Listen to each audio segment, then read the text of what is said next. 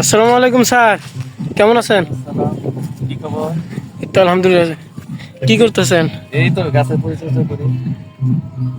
তো আগামীকালকে তো ঈদ, হ্যাঁ, তো আপনার বিবাহের জন্য কিছু বলেন।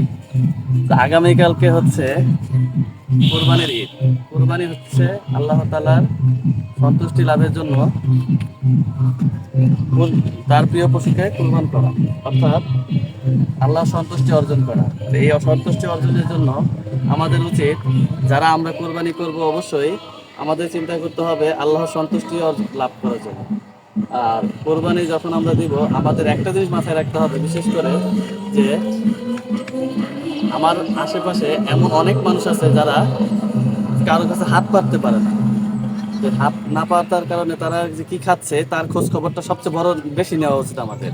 যারা আমরা একদম রুট লেভেলে, তারা কিন্তু আমরা চাইতে পারি, কিন্তু আমরা যারা মধ্যবিত্ত আছি, যারা কোরবানি দেওয়ার সামর্থ্য নাই, তারা কিন্তু আমরা কি খাচ্ছে না খাচ্ছে, আমরা যারা কোরবানি দেই তারা কিন্তু খোঁজ খবর নেই না। তা আমার কাছে আমার একটাই রিকোয়েস্ট প্রত্যেকের জন্য, যে যারা কোরবানি করবেন, আপনার আশেপাশে আত্মীয় স্বজন বিশেষ করে যারা না খেতে পেয়ে আছে, তাদেরকে তাদের খোঁজ খবর নেওয়া এবং তাদের সাথে ভালো ব্যবহার এবং তাদের ঘরে পৌঁছে দেওয়া কোরবানির গোশতটা। এতে আল্লাহ তাআলা সবচেয়ে বেশি খুশি হবেন। আর আরো একটা বিষয়, যে প্রত্যেকে তার যার যার জায়গা থেকে নামাজ এবং রোজা, হজ, যাকাত সবগুলো ঠিকভাবে পালন করবেন। এগুলো পালন করলে আল্লাহ তাআলা খুশি হবেন এবং আমাদের সমাজটাও ভালো হয়ে যাবে।